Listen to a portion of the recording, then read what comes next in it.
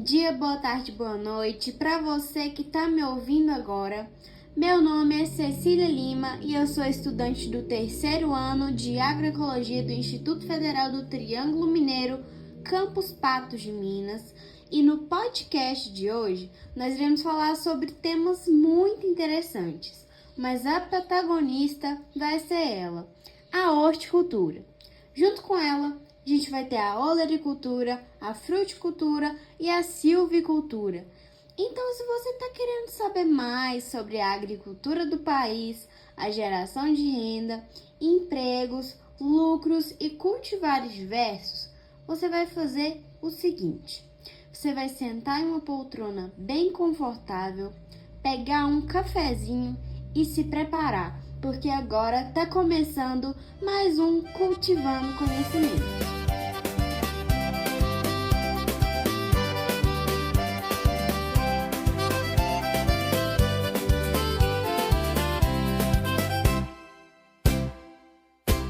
Para começar então, abrindo com chave de ouro, a gente vai falar sobre a horticultura. Mas o que é horticultura? O que é essa palavra? É hortas? O que é? Bom, a palavra sim lembra hortas, hortaliças, mas na verdade ela vai muito além disso. A horticultura ela vai ser na verdade um termo guarda-chuva, um termo mais amplo, abrangente, e dentro dela vão ter os outros tipos de cultura, como a olericultura, a fruticultura, silvicultura, floricultura, paisagismo, que vão ser, no caso, as plantas estudadas ali para ornamentação, e plantas medicinais, aromáticas e condimentares, que são os temperos. Então, a horticultura ela vai ser entendida como a parte da agricultura que vai tratar da exploração econômica e do cultivo bem cuidadoso, detalhado, de plantas que vão ser destinadas à alimentação, como é o caso da olericultura, que vai tratar das hortaliças, verduras, legumes, da fruticultura, que vai tratar das frutas. Também vai ser destinada à ornamentação, que é a decoração, no caso do paisagismo e floricultura, e saúde, como é o caso das plantas medicinais, condimentos, como já havia dito antes, além das plantas destinadas para chás e tudo mais. Então, vão ser as plantas comestíveis e não comestíveis que vão entrar dentro desse termo. Geralmente, o cultivo ele vai acontecer em áreas menores e em volumes menores do que as áreas de cultivo de grãos, que são feitas em grandes hectares e em volume bem maior. E a horticultura ela não vai utilizar também tantos maquinários diferenciados, modernos e tecnologias de ponta. Mas isso não é uma regra. Apesar de ser mais comum a gente ver a horticultura em forma de agricultura familiar, a gente vai ter também a horticultura que vai utilizar a alta tecnologia nos seus processos, que vai ser a horticultura voltada para a exploração industrial. Então vamos começar falando da horticultura de alta tecnologia. O exemplo mais plausível para a gente começar a falar desse tópico vai ser a produção de tomates. Então, de acordo com algumas pesquisas realizadas pela Uniesp e que foram publicadas na revista de Tema Online, o tomate ele vai ser um dos produtos mais cultivados aqui no Brasil e gerar muita renda por ser altamente demandado tanto em escala industrial, que ele vai vir para a gente na forma de polpas, extrato de tomate ou ketchup. Aqui na minha residência, pelo menos, o ketchup é muito consumido. E o tomate ele vai ser também bem procurado para o consumo em natura, ou seja, o tomate que a gente compra na feira da esquina e vai para fazer parte daquela salada gostosa que a gente come na hora do almoço. Então, ele é muito produzido no país e também muito consumido. Então, como a gente está falando primeiro da horticultura que utiliza alta tecnologia, a gente tem que pensar, o que vai acontecer então para que certos produtores adotem essa metodologia de utilizar a tecnologia de ponta nos seus processos? Bom, a gente sabe que as variações climáticas são um fator que pode ocasionar diversas perdas na produção, consequentemente trazer muitos prejuízos, reduzir o lucro do produtor. Inclusive, o país, de acordo com alguns estudos, ele vai ser um dos lugares que mais perdem ou desperdiçam alimentos exatamente por esse motivo, porque além da perda do cultivar, quando você tem uma mudança climática ou um ataque de praga que não consegue conter a tempo, vai acontecer também de que algumas unidades, ali alguns tomates, vamos pôr aqui como exemplo, eles vão acabar salvando e indo parar nas prateleiras. Mas eles não vão ser comprados pelas pessoas por causa da aparência, que pode estar levemente fora dos padrões comuns do alimento, às vezes com alguma manchinha, algo do tipo. Então, a gente vai ter o desperdício nessa questão, consequentemente, prejuízo. Então, em certas épocas, isso vai ocasionar o aumento do preço de mercado do produto, do alimento. Justamente pelo fato de que, se a oferta do alimento está baixa, então se teve uma perda na lavoura e você teve a redução aí na quantidade de alimento que você poderia estar ofertando para o mercado, o preço ele vai se elevar. Então, se a oferta está baixa e a demanda está alta, as pessoas procuram muito aquele produto, o preço ele também vai se elevar. Então, é a lei da oferta e da demanda. Mas pode acontecer o contrário também. No caso, eu disse sobre o consumidor evitar comprar por causa da aparência do alimento, o preço ele pode abaixar para tentar incentivar aquele consumidor a comprar o produto, já que é o único que ele está tendo ali, e isso vai afetar, de qualquer forma, os ganhos do produtor. Então, levando em consideração o intenso processo de modernização do campo atualmente, que está se expandindo a cada dia mais, uma alternativa muito viável que os produtores observaram é adotar o cultivo em ambiente protegido, que vai ser feito, no caso, em estufas grandes, climatizadas. Isso vai permitir o controle da temperatura e garantir que você consiga também regular a quantidade de irrigação. Isso vai assegurar uma produção constante durante todo o ano. Então, vai facilitar para o produtor que vai ter garantido a produção dele ao longo do ano. O estado de Goiás, inclusive, ele vai se destacar como produtor do tomate em grande escala, ou seja, o tomate industrial, e com o uso de altas tecnologias, estufas, climatizadores, sensores de umidade, segundo o censo do IBGE de 2022. De acordo com a Embrapa ainda, Embrapa Hortaliças, essa prática de cultivo protegido que a gente está falando, ela vai ser muito forte aqui no país, nas regiões sul, sudeste e centro-oeste. Então, o cultivo protegido, ele vem se expandindo bastante nas mãos de pequenos agricultores. Eles estão buscando mais potencializar as suas produções, que são em pequenas áreas. Então, nessas pequenas áreas, eles buscam investir mais ali. Com isso, buscar uma produção em maior volume e maior qualidade. Porque com o monitoramento ali da água, qualidade da temperatura, vai ser possível garantir alimentos com maior qualidade. E isso vem acontecendo bastante também em diversos cinturões verdes, que são áreas de horticultura localizadas geralmente ao redor de grandes metrópoles, como de São Paulo. Então, no cinturão de São Paulo, isso tem muito acontecido também. Resumindo, então, a horticultura de tecnologia aqui no Brasil, ela vai poder ser observada justamente dentro desses cultivos protegidos, dentro dessas estufas, que vão requerer ali um certo investimento maior. Então, os produtores eles têm que investir uma grana mais alta dentro das suas áreas de produção, mas em contraponto, eles vão ter o retorno de alimentos em maior volume e em maior qualidade, além de garantir a produção constante durante o ano. Consequentemente, eles vão conseguir vender mais, gerar mais lucro e movimentar a economia do país. Agora que a gente já entendeu o que é essa horticultura de alta tecnologia, a gente vai passar finalmente para ela, a horticultura de pequena escala ou a nossa querida agricultura familiar. As duas vão ser basicamente a mesma coisa, né? Vão andar de mãos dadas. Então, a agricultura familiar, ela vai ser, como muitos sabem, a base de produção de alimentos para o abastecimento interno do nosso território. Então, o alimento que a gente compra nas feiras, o tomate, a alface do dia a dia, é tudo proveniente dos pequenos produtores ou dos agricultores familiares. Então, é muito interessante a gente pensar que todas as frutas, verduras e legumes que a gente come no nosso dia a dia, que a gente tem acesso, vêm dos pequenos produtores. Inclusive, o PNAE, que é o Programa Nacional de Alimentação Escolar, que oferece lanches nas escolas, também é proveniente dos pequenos produtores. Então, é muito interessante. Um censo agropecuário do IBGE, inclusive, de 2017, ele vai apontar que os pequenos produtores vão representar mais ou menos 77% dos estabelecimentos agrícolas do Brasil.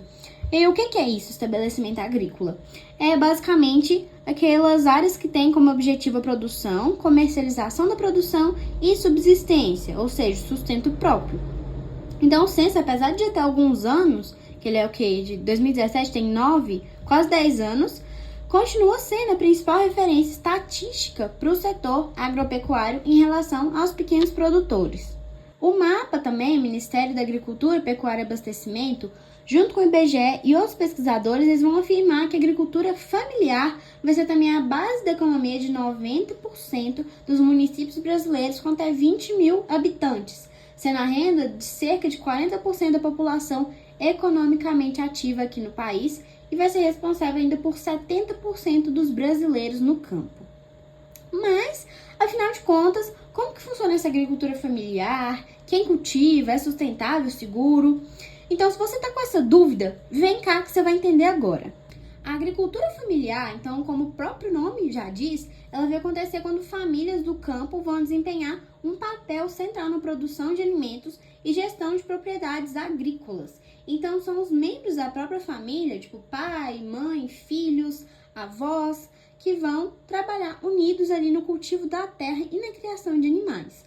E tem uma lei, que é a 11.326, do dia 24 de julho de 2006, que vai determinar exatamente quem que é considerado agricultor familiar. Então, de acordo com ela, para ser considerado como agricultor familiar, é preciso atender simultaneamente a esses 4 requisitos que eu vou falar agora.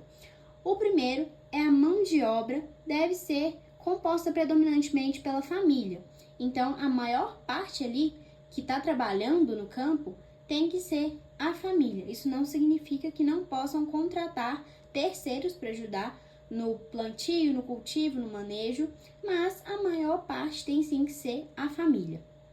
Número 2, a área de produção não pode exceder 4 módulos fiscais. Então, o que é módulo fiscal, primeiramente, né? Módulo fiscal, ele vai ser uma unidade de medida baseada em hectares, que vai definir a área mínima necessária para que uma propriedade familiar ela seja capaz de garantir o sustento do agricultor e da sua própria família. O módulo fiscal, então, ele vai variar de acordo com a região, e aqui da nossa cidade, de Patos de Minas, ele vai ser de 40 hectares. Número 3.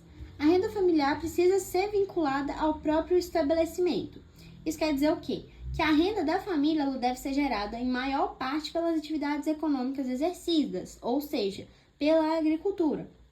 E número 4, a administração, a gestão ali do empreendimento da família deve ser realizado por eles mesmos, então pela própria família. São os membros ali da família que vão tomar conta do negócio. E aí, em relação ao que tipo de cultivo que a agricultura familiar realiza, a resposta é muito simples, é tudo. Então, o foco de produção desse sistema ele vai ser muito variado. Eles vão plantar de tudo, porque é preciso chegar a todo tipo de alimento nas feiras, certo? Na nossa mesa. Porque o brasileiro, atualmente, ele tem relativamente uma alimentação diversificada. Mas aí, e o que dizem que atualmente existem poucas espécies de cultivares, né? Realmente, existem poucas espécies que a gente tem acesso. Por exemplo, a batata. A batata, a gente vai no mercado, vê a batata inglesa, que é a mais comum, a batata barô e a batata doce. Então, a gente come relativamente poucos cultivares, sim. Banana também, alface. Alface, se eu não me engano, tem a alface roxa, alface verde, normal, e a alface, aquela crocante que a gente usa para comer em sanduíches e tudo mais. Então, são relativamente poucas espécies, sim, poucos cultivares. Mas eu digo que a alimentação é diversificada no sentido da gente comer variadas coisas nos nossos dias, por exemplo, comer uma banana, maçã, alface, uma salada ali diferente todo dia. Então, nesse sentido, eu digo que é diversificada. Então, é preciso os agricultores estarem aptos ali, terem o solo preparado para plantar vários tipos de cultivo. Então, a agricultura familiar, ela vai ser muito importante porque vai ser ela que vai garantir a nossa nutrição e as principais fontes de vitamina, fibras e minerais que a gente vai comer. Mas, Cecília, esses alimentos são seguros? Sim, são seguros, saudáveis e nutritivos. Em muitos casos, eles vão ser considerados até mais saudáveis do que os produzidos em larga escala, hein? E o circuito de comercialização deles é muito menor. Então, o alimento ele sai da horta e já chega até a nossa mesa muito rápido, o que diminui bastante a chance de dar algum estragado ali na superfície do alimento, ter contato com alguns outros micro-organismos indesejados. Então, é sim seguro e saudável. Mas é claro, vale lembrar, né, que em qualquer caso, qualquer alimento, a segurança dele vai depender do manejo, de quem está mexendo com ele e da higiene, desde o produtor até o vendedor final, que é onde a gente vai comprar na feira. Agora, a agricultura familiar gera emprego, será? E mais uma vez, a resposta ela vai ser sim. Mas Cecília, você não disse que é a família que trabalha? Sim, mas na lei, como eu disse, exige o trabalho predominante da família, ou seja, isso não vai restringir a família de contratar terceiros para ajudar em outras áreas ali da fazenda. Inclusive, de acordo com o Censo Agropecuário do IBGE de 2017, a agricultura familiar é responsável por 67% do total das ocupações do campo, o que vai equivaler a mais ou menos 10 milhões de pessoas trabalhando no campo. E esse censo, ele continua tendo os dados mais recentes contados para o setor agrícola. Então, a gente ainda é fiel a esse censo de 2017. Então, além de ter várias pessoas trabalhando, terceiros trabalhando ali, a família em si também, ela vai estar empregada e vai gerar lucro ali. E por último, você me pergunta, Cecília, é sustentável? O que você acha? Resposta, sim, mais uma vez. Então, a maioria dos cultivos em pequena escala, eles vão respeitar os ciclos da natureza e eles vão demandar a menor quantidade de agrotóxicos, porque a gente vai ter, na agricultura familiar, a forte presença do plantio consorciado ou da policultura. No caso, a gente tem, com isso, né, várias culturas plantadas ao mesmo tempo. Então, no canteiro tem alface, do lado tem rúcula, do lado tem tomate, então a gente tem essa grande diversidade que vai acabar inibindo bastante a atividade de pragas, porque ela meio que confunde a praga, e aí, no caso, vai demandar menor quantidade de agrotóxicos, e quando precisa, né, às vezes nem vai precisar, por causa do cultivo rápido também, você já planta, algumas hortaliças já vão estar prontas rapidamente, então isso vai diminuir bastante a necessidade de intervenções químicas, igual ocorre nas monoculturas, que é a plantação de uma cultura só, igual as culturas de soja ou de feijão, de milho, que são adotadas aqui no nosso país. E aí vai ser muito comum a adoção de práticas agroecológicas ou orgânicas, então, na produção na agricultura familiar. Dentro dessa questão da horticultura em pequena escala, a gente pode encontrar também hortas comunitárias. Eu, por exemplo, já participei de um projeto que inclusive eu guardo com muito carinho no meu coração. Foi um projeto muito interessante.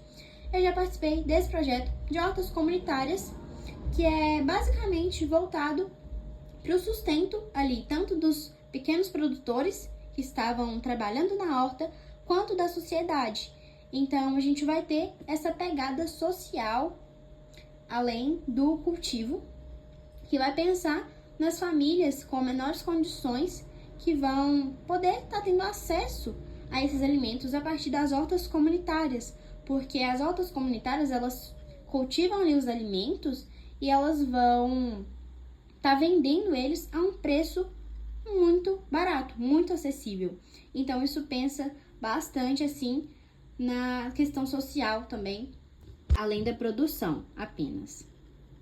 Então, o projeto da horta comunitária realmente foi muito legal, interessante de participar, porque foi a primeira vez que eu tive esse contato direto mesmo com alguma produção, com alguma cultura, cultivo de alguma coisa, e lá realmente era um lote todo cheio de plantações, tinha alface, rúcula, maracujá, tinha algumas outras árvores frutíferas, quiabo, então era muito diversificada e de alta qualidade. Os alimentos já foram comprados por mim e realmente muito seguros, saudáveis, isso para toda a população daquele bairro. Então era muito legal ver um morador do bairro, que era o senhor Lázaro, e a sua esposa, Dona Margarida, cuidarem com tanta dedicação de um espaço que antes não era destinado a nada, era um lote que estava sem ocupação, sem nada, e aí, com as devidas autorizações, lá se transformou em uma horta comunitária que passou a abastecer todo o bairro, toda a comunidade local. Então é realmente um projeto muito interessante, é muito bonito de se ver. Foi possível ter contato também pela primeira vez com produtos de origem biológica, pois a empresa Lallemand, aqui da cidade de Patos de Minas, fazia uma parceria com esse projeto com o Sr. Lázaro e oferecia mudinhas de plantas e também alguns produtos de origem biológica para ele estar cuidando da horta dele, que era orgânica. Então, era algo realmente muito legal, muito interessante e favorecia, com certeza, a sociedade local em diversos sentidos, tanto de saúde quanto de mentalidade também, porque esse projeto impacta as pessoas, coloca as pessoas para pensar mais no coletivo e no meio ambiente. Falando então nesse sentido de levar a agricultura familiar, a olericultura a um patamar além da produtividade, do foco apenas na produção, a gente vai ter diversos estudos, como o estudo de campo que foi realizado na cidade de Lavras e publicado na revista Verde, que vai descrever diversos benefícios da horticultura, inclusive ela como um instrumento de terapia psicossocial. Então, esse estudo realizado, ele teve como intuito principal envolver os participantes do projeto com a natureza, mostrando essa capacidade, esse lado da horticultura de promover a redução do estresse, da ansiedade, ocasionar ainda o aumento da autoestima e resgatar diversos conhecimentos populares e proporcionando uma significativa inclusão social e reconstrução de laços entre familiares e pessoas da comunidade local que às vezes se sentem deslocadas. Essa prática se mostrou capaz ainda de incentivar bastante o trabalho em equipe por causa das manutenções da horta que eram realizadas e que exigem a cooperação e responsabilidade de todos, porque é um processo em conjunto. Então, é necessário que cada um faça a sua parte, isso promovendo um maior diálogo entre si e fazendo com que todos se sentissem úteis por causa que cada um tinha sua respectiva função. Então, essa questão da conversa foi bem trabalhada, da comunicação, e estimulou também a troca de experiências entre os envolvidos. Perguntas respondidas, então? Porque eu acho que já falamos muito sobre horticultura, né? Já está na hora da gente mergulhar em outros temas que vão estar dentro da olericultura. Então, eu já falei antes que a horticultura ela vai abranger outros temas e o primeiro que a gente vai ver dentro dela vai ser a olericultura. O que vai ser olericultura, então?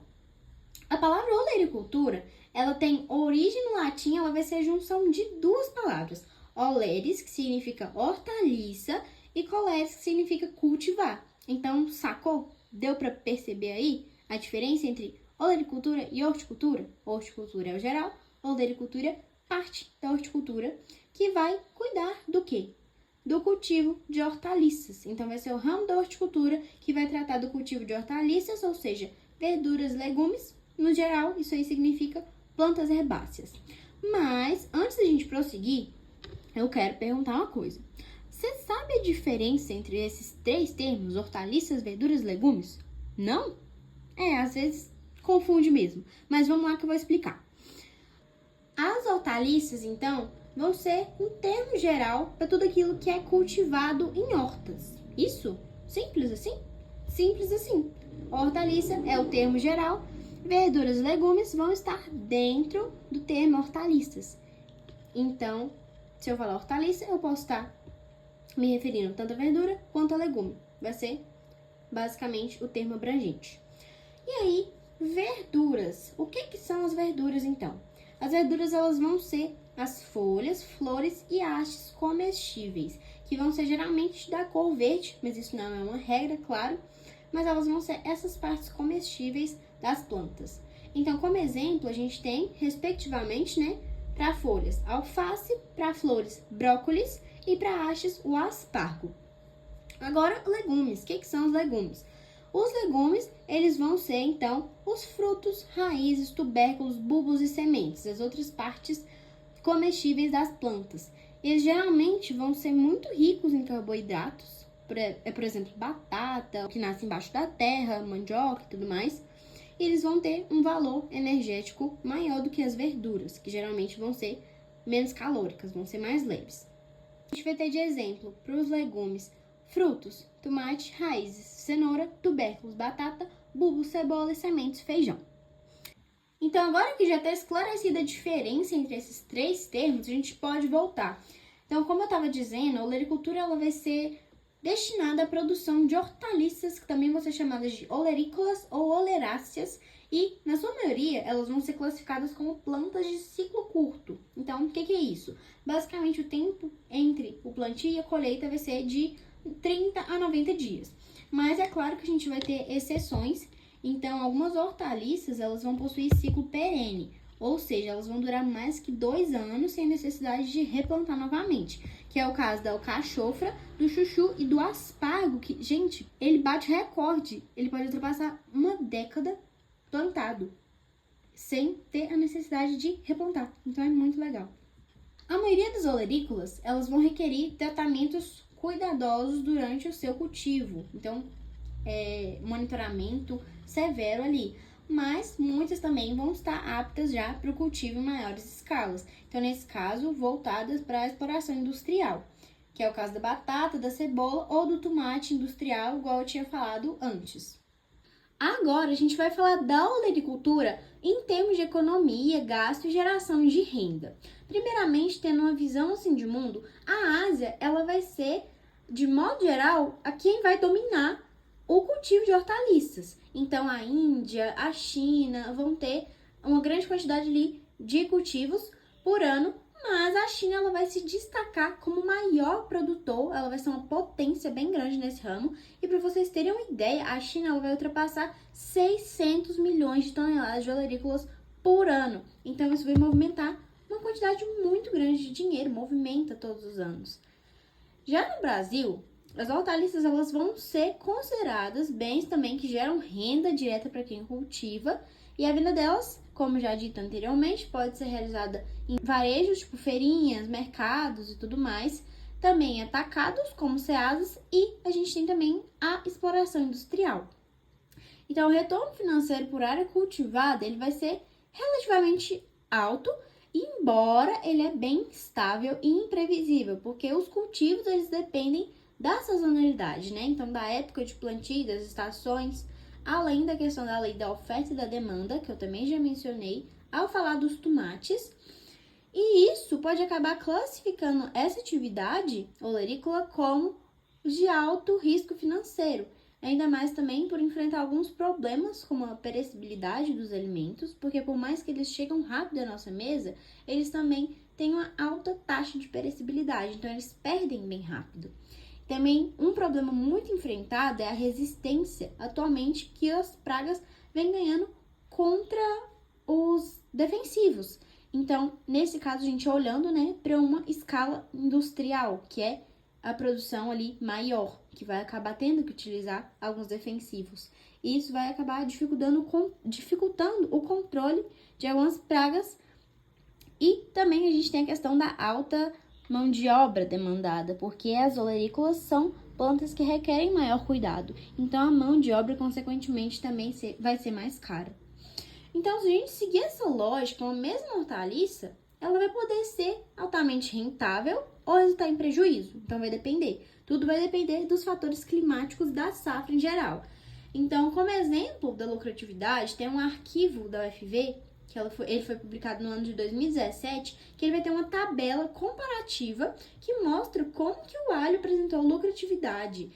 Lucratividade de R$ 62.362 por hectare, e o alface R$ 14.164. Então, esses valores são superiores a de alguns outros cereais e alimentos da tabela. Então, tudo vai depender da época do ano, de como você cultiva, da quantidade que você cultiva. Então, vai ser uma atividade bem relativa, vai depender. Alguns levantamentos de um sindicato do Espírito Santo vão mostrar também que a produção de hortaliças ela já movimentou mais de 5 milhões de toneladas no ano de 2023, contando a agricultura familiar e a exploração industrial, com tomate industrial liderando renda em vários estados. Então, para vocês verem como é relativo, a gente vai ter casos de muita movimentação de dinheiro, em outros casos pode estar vulnerável ali a prejuízos e perdas. Os principais produtores, agora falando sobre eles, os principais produtores aqui no país vão estar concentrados principalmente na região sudeste, com São Paulo e Minas Gerais, destacando na produção de alface, batata, tomate e cebola, Goiás para produção de tomates industriais, Santa Catarina para produção de alho e cebola e Paraná para repolho, tomate e cebola. Mas claro que vão ter vários outros que vão cultivar diversas outras espécies de alimentos também. E agora, falando a questão das espécies e dos cultivares mais frequentes aqui no país, primeiramente a gente tem que ter em mente que a olericultura ela vai ser dividida em 3 famílias principais, que vão ser as solanáceas, brássicas e cucurbitáceas. Então, já seguindo essa divisão, a gente vai falar brevemente sobre as principais espécies cultivadas aqui no Brasil. Então, dentro das solanáceas, a gente tem o tomate, que a gente viu o nome várias vezes ao longo desse podcast, que vai incluir alguns cultivares citados pela Embrapa, como BRS Zamir, que é o tipo cereja, BRS Chiara, que é o tomate de mesa, e o Heinz 9553, que é o industrial. Entre outros também vão ter diversos cultivares. A batata, a gente tem cultivar de batata, que inclui a BRS F21 Brás Chips, que é a batata do dia a dia, e a BRS F183 Potira, que é da casca roxa para fritura. Então, são menores quantidades de cultivares, como eu havia falado, discutido na hora que eu estava mencionando sobre a alimentação brasileira. Tem a batata doce também, que é a BRS Rubisol. Então, a gente tem mais frequentemente esses 3 tipos de batata. Agora, as brássicas, a gente vai ter principalmente a alface, que vai incluir os cultivares de BRS Leila, tipo crespa, e a BRS Mediterrânea, que é a alface comum. E das cucurbitáceas, a gente tem a abóbora, que é a BRS brasileirinha, e a típica botiá, e o melão, que é o BRS Anton e BRS Araguaia. Mas além dessa, a gente vai ter também a cebola, com cultivares de BRS Bellatrix 239, BRS Prima, e o alho amarante, entre diversas outras plantas e cultivares. Bom, agora a gente já pode passar para a fruticultura. Mas primeiro vamos entender o que significa esse termo, o nome fruticultura. Ele vai também derivar do latim e vai ser a junção de 2 palavras. Fructus, que significa fruto, e cultura, que é o cultivo. Então, vai ser o ramo da horticultura que vai estar relacionado ao cultivo das árvores e plantas frutíferas, tanto de cultura perene quanto anual. Então, vai envolver esse cultivo, esse manejo de árvores e espécies que vão fornecer para a gente frutos comestíveis. Então, vai estar muito relacionado também ao estudo detalhado dos pomares, que inclusive aqui no Brasil a gente tem diversos que podemos citar, incluindo o de Cristalina, em Goiás, que vem se destacando aí. Mais pra frente podemos falar melhor sobre ele. E então, essas frutas que vão ser cultivadas, elas vão ser destinadas tanto para o consumo fresco, que a gente vai na feira, no mercado, compra e consome, quanto para a questão industrial também, que vai vir para a gente na forma dos sucos de caixinha, por exemplo. Como experiência pessoal em relação à fruticultura, eu trago mais uma vez um relato sobre a horta comunitária do projeto que eu participei. Bom, Lá eu tive contato com a fruticultura através da polinização cruzada que nós realizamos em um dia de projeto nos maracujás, em pés de maracujá. Então a gente pegava o pólen de forma manual de uma flor e inseria no interior de outra flor do pé ao lado, porque isso garante a maior variabilidade genética da espécie e produção com maior qualidade. Mas é muito importante a gente entender que o cultivo dessas frutas não vai poder ser realizado em todo lugar, em qualquer lugar. Nem toda fruta vai estar apta às condições climáticas daquela região. Então, é por isso que a fruticultura ela vai ser dividida em 3 tipos de acordo com as condições climáticas. A gente vai ter a fruticultura de clima temperado, tropical e subtropical. As fruticulturas de clima temperado vão englobar o quê? Vão englobar os tipos de cultura que precisam passar por um certo período de frio, que a gente chama de horas de frio acumuladas, geralmente abaixo de 7,2 graus Celsius, para que aconteça a quebra da dormência da semente. Por quê? Porque quando teve a última colheita dessa árvore ou planta frutífera, a semente ela começou a ficar em letargia ou em dormência, para proteger talvez de um frio muito intenso que poderia vir ou a falta de água. Então, o frio que vai vir depois, ele vai servir como um despertar para a semente, para ela poder brotar futuramente na primavera. Então, como exemplo disso, a gente vai ter árvore de macieira, né, a maçã, pessegueiro e a videira. Agora, a fruticultura de clima tropical, ela vai englobar as espécies que não gostam de frio. Então, elas precisam de uma temperatura alta e constante, geralmente acima de 20 graus Celsius, além da boa umidade e irrigação para manter o metabolismo ativo. Então, como exemplo disso, a gente tem a bananeira, a mangueira e a goiabeira.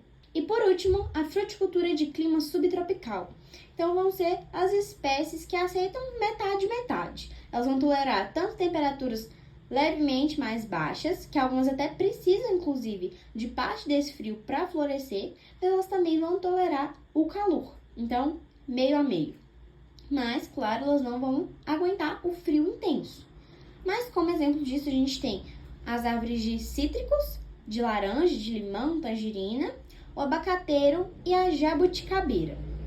Falando agora da fruticultura em termos de Brasil e mundo, em relação à economia, geração de renda e principais produtores, a gente vai ter a fruticultura como sendo considerada extremamente rentável e de alto valor agregado.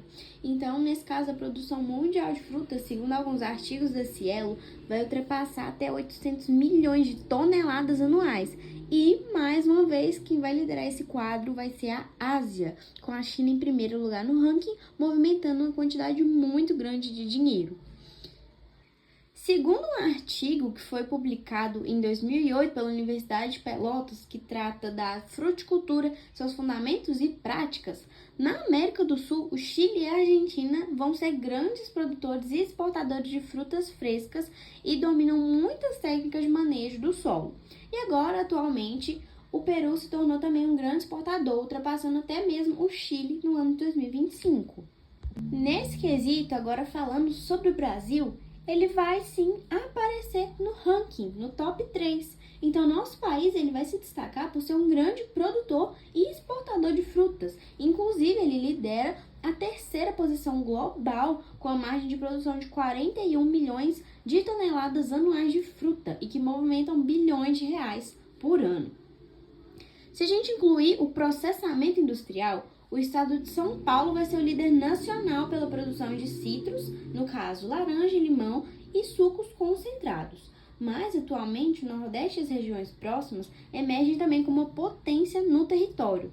Na divisa entre Pernambuco e a Bahia, por exemplo, a gente pode observar o grande destaque para o Vale do São Francisco, que está ali na região de Petrolinas, mais ou menos, e que vai ser também uma zona de alta produção, mesmo em meio ao semiárido nordestino. E ele vai representar cerca de 1/3 na produção de frutas do país. Lá, a gente vai ver a manga e a uva como as frutas mais exportadas para consumo in natura.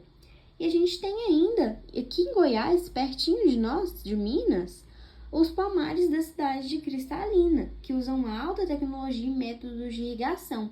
E, inclusive, tem alguns levantamentos que vão revelar ainda que eles estão no processo de adaptação e cultivo até de mirtilos.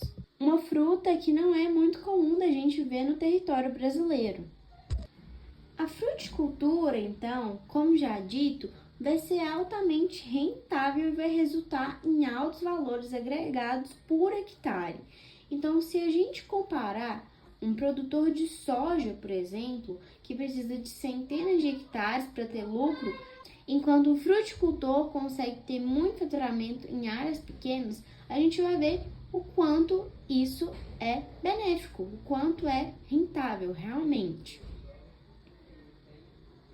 O setor da fruticultura vai ser responsável também por gerar muitos empregos, já que as árvores sempre vão estar demandando um alto manejo, poda e muitas colheitas vão ser realizadas manualmente para não danificar os frutos. E outro ponto positivo é ainda a questão da irrigação, já que muitas árvores costumam não necessitar de irrigação frequente após atingir certo estágio do seu ciclo. Agora, passando para alguns dos problemas enfrentados pelos fruticultores no país, a gente tem a questão das frutas frescas para exportação, que apesar de ser uma questão muito eficiente, existem muitas barreiras que são impostas pelos países que importam as nossas frutas, ou seja, os países de fora que vão receber as frutas exportadas aqui do Brasil, como Japão, Estados Unidos, por exemplo, que vão ser bem rigorosos nessa questão, tendo ali muitas exigências técnicas e regulamentos sanitários. Inclusive, é proibida a entrada de produtos provenientes de áreas infestadas. Então, se tem alguma questão de infestação de pragas, essa exportação pode ficar travada até o país exportador conseguir estabelecer no seu território áreas livres de pragas e doenças. Agora, falando sobre as principais espécies e cultivares presentes aqui no Brasil, a gente vai encontrar uma vasta quantidade de frutas e produtos, mas eu trouxe como principais a laranja, a banana, a uva e o abacaxi. Então, a laranja, que vai estar ali presente na grande maioria dos sucos concentrados e vai ser um grande alvo de exportação do país, vamos encontrar cultivares de laranjeira doce Majorca, laranjeira doce Cauata e laranjeira doce BRS, IAC, ESB, Alvorada, entre outras espécies e cultivares. A banana com cultivares Palátano, BRS, Terranã, banana terra BRS PL03 ou a banana BRS Pacoa. A uva vamos encontrar com cultivares de uva BRS Lis, BRS Antonella e BRS Pérola, e o abacaxi com cultivares de BRS Sol Bahia, BRS Diamante e BRS Vitória. Agora, para finalizar, a gente vai entrar no último tópico do nosso podcast, que é o que é a silvicultura. Então, para finalizar, a gente vai falar dela.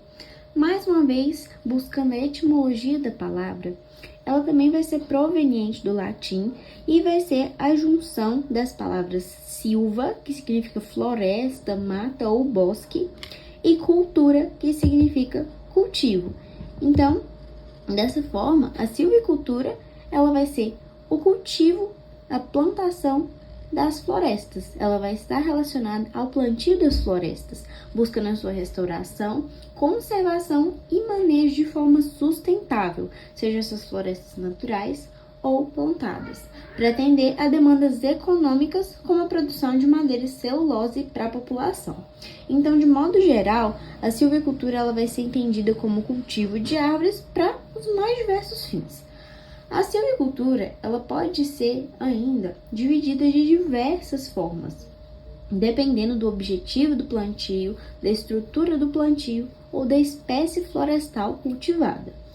Então, quanto ao objetivo da produção, ela vai ser dividida em silvicultura de produção, conservação e proteção e silviculturas urbanas. Então, a silvicultura de produção, ela vai estar relacionada à produção intensiva da matéria-prima, como madeira, celulose, papel e carvão vegetal. E ela vai usar com muita frequência espécies que são de crescimento rápido, como o eucalipto, para acelerar os processos produtivos. A segunda coisa é a silvicultura de conservação e produção. Ela é voltada para a recuperação de áreas degradadas, conservação da biodiversidade, proteção de solos e também de recursos hídricos. Já a silvicultura urbana, ela vai focar no plantio e manejo de árvores nas áreas urbanas, nas cidades, centros urbanos, para a melhoria da qualidade de vida humana, incluindo trazendo aí benefícios climáticos e estética, ornamentação para as cidades. Quanto à estrutura do plantio agora, a gente vai ter 4 divisões que fazem parte das SAFs, ou seja, os sistemas agroflorestais. Então, primeiro a gente vai ter a silvicultura pura, que vai ser basicamente o plantio de uma espécie de árvore, digamos que uma monocultura de espécies de árvores. Então, vai focar apenas no plantio das árvores, sem envolver outras questões. Os sistemas silvio-agrícolas, como a gente vai falar agora, já vai focar na mesclagem das árvores e dos cultivos. Então, esses sistemas, que são também conhecidos como sistemas agrosilviculturais, eles vão mesclar essas duas espécies, formando um plantio consorciado. Então, isso vai ser muito benéfico por causa da ciclagem de nutrientes que vai acontecer na área. Então, como que isso vai funcionar? Vai acontecer de diversas formas, mas no geral as raízes das árvores elas vão acabar puxando mais para cima os nutrientes lá nas camadas profundas do solo e vão disponibilizar eles posteriormente para as culturas que estão mais na superfície. Além disso, as árvores vão aumentar também a matéria orgânica da camada superficial do solo por causa das chamadas serrapilheiras, que são as folhas das árvores que vão cair e vão ficar agregando ali na superfície do solo, formando uma camada muito rica em nutrientes e micro-organismos. Isso vai melhorar a qualidade física do solo e formar um microclima também abaixo das folhas, tanto das que estão caídas no chão, quanto das folhas das árvores em si, e vão deixar ali a temperatura do local mais amena para a cultura que está logo abaixo. Após isso, a gente tem os sistemas silvipastoris. E os sistemas silvipastoris, no caso, eles já estão relacionados ao consórcio de animais com cultivo de florestas. Então, vai mesclar espécies florestais com agropecuária. Nesse caso, vai criar também um microclima abaixo das folhas das árvores, deixando a temperatura amena, além de sombra para o animal descansar. E isso é uma relação direta com o animal, porque vai ocasionar uma forma de bem-estar no animal que vai espelhar diretamente na lucratividade do produtor, porque a gente vai ter toda a questão do estresse animal que vai causar redução do lucro do produtor. Então, esse estresse animal, ele é basicamente perturbações que o animal pode sofrer por causa de espaço, calor, falta de locais para descansar. Então, se o animal tem ali para ele usufruir da sombra da árvore, do clima fresco que vai ficar ali embaixo, isso já reduz o fator do estresse térmico. Então, vai refletir diretamente na qualidade de vida desse animal e vai aumentar a qualidade de produção, fazendo o produtor ganhar mais. Por último, a gente vai ter o sistema agrosilvipastoril, que é a junção dos 3 citados anteriormente. Então, ele vai combinar árvores, culturas agrícolas e pecuária. Então, os benefícios vão ser dobrados, os benefícios grandes que já existiam, eles vão ser dobrados com a mesclagem desses 3 sistemas. A gente vai ter ainda a divisão quanto à espécie florestal. Então, a gente tem a silvicultura de espécies exóticas, que vai focar em espécies não nativas de alto rendimento, como pinos e o eucalipto. E a silvicultura de espécies nativas, que vai focar no cultivo de árvores nativas, como o paricá, para a produção de madeira de maior valor agregado, então visando reduzir a pressão sobre as florestas nativas da região.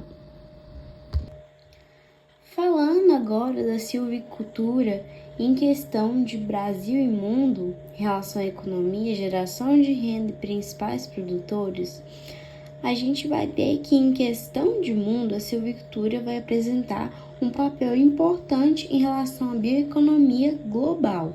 Então, de acordo com a FAO, que é a Organização das Nações Unidas para a Alimentação e Agricultura, de 2015, as áreas de florestas plantadas vão somar 264 milhões de hectares nos 5 continentes, o que equivale a mais ou menos 7% do total do planeta. Mas, levando em consideração que isso é um censo de 2015.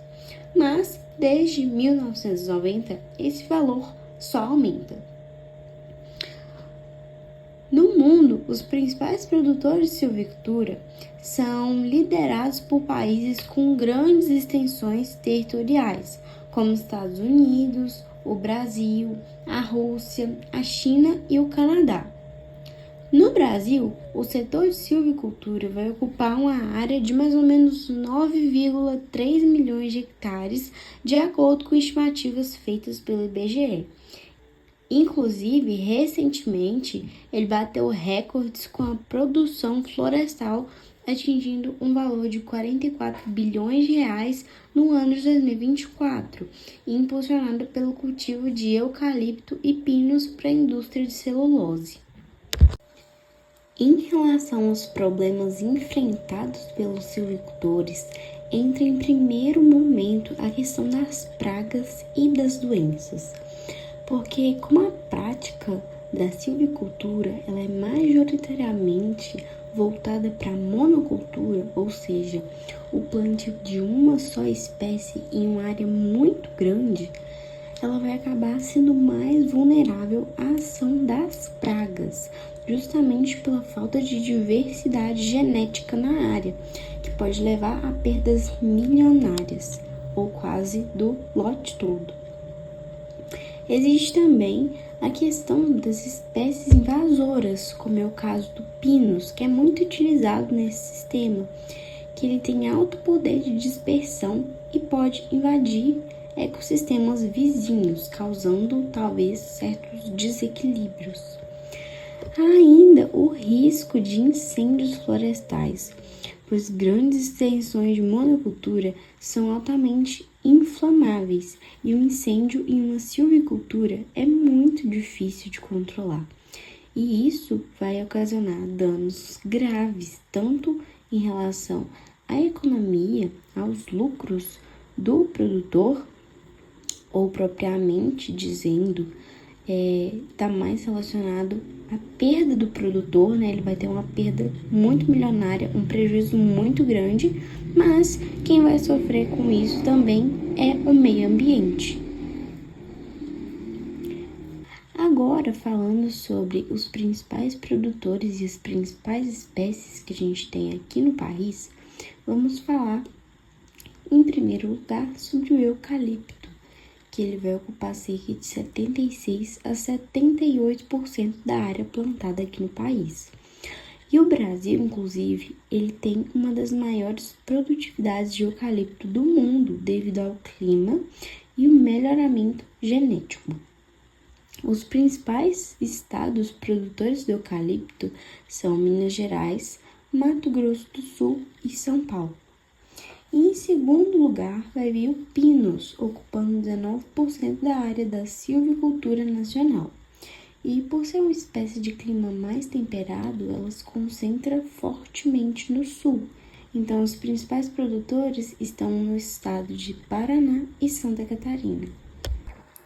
E agora, em relação aos conhecimentos que eu adquiri no meu curso de agroecologia até o momento, ao longo desses 3 anos, como eu enxergo algumas aplicações práticas, relação de conteúdos e disciplinas com essas 3 grandes áreas, 4 grandes áreas trabalhadas.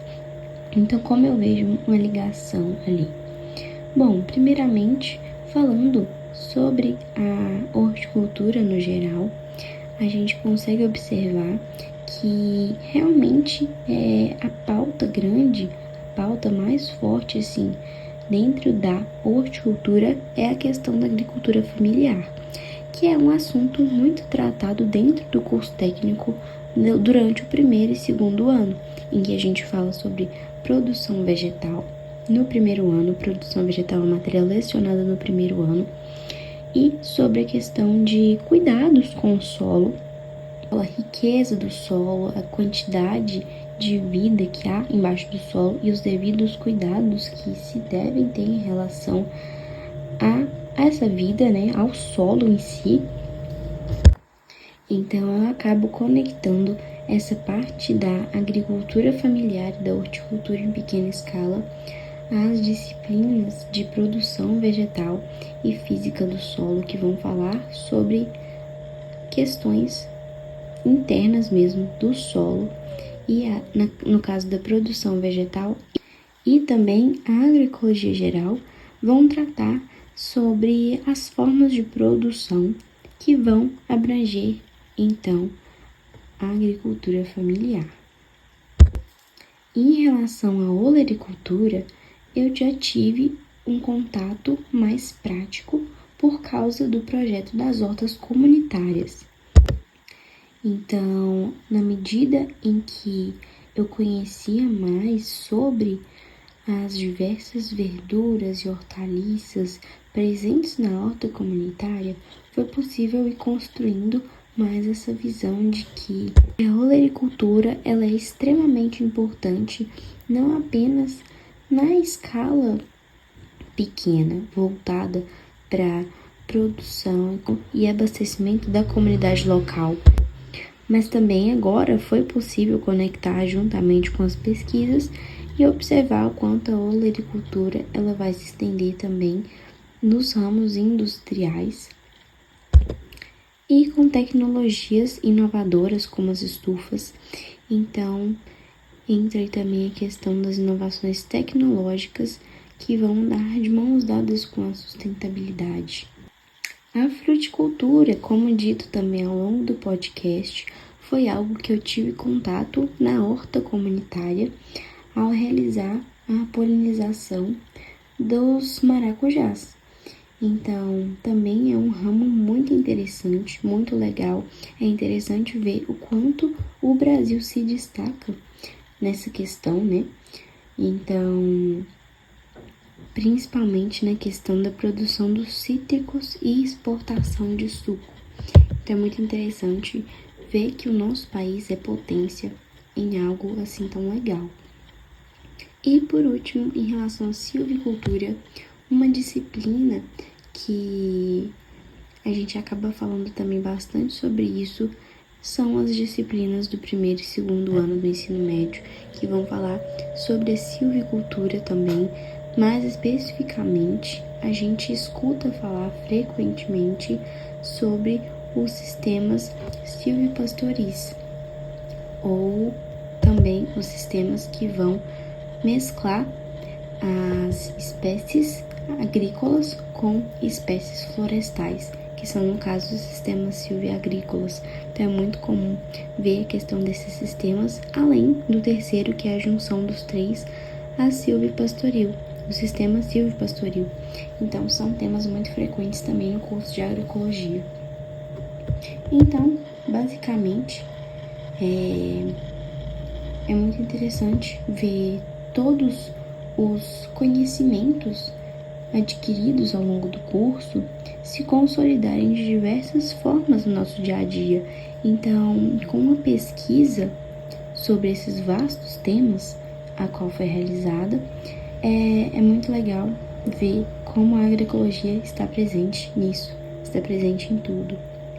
E é com essa reflexão, falando sobre essa coisa linda que a agroecologia é, que eu termino o podcast de hoje. Espero que você tenha compreendido todas as mensagens que eu quis passar e eu espero você na próxima. Tchau, tchau. Cultive muitos conhecimentos.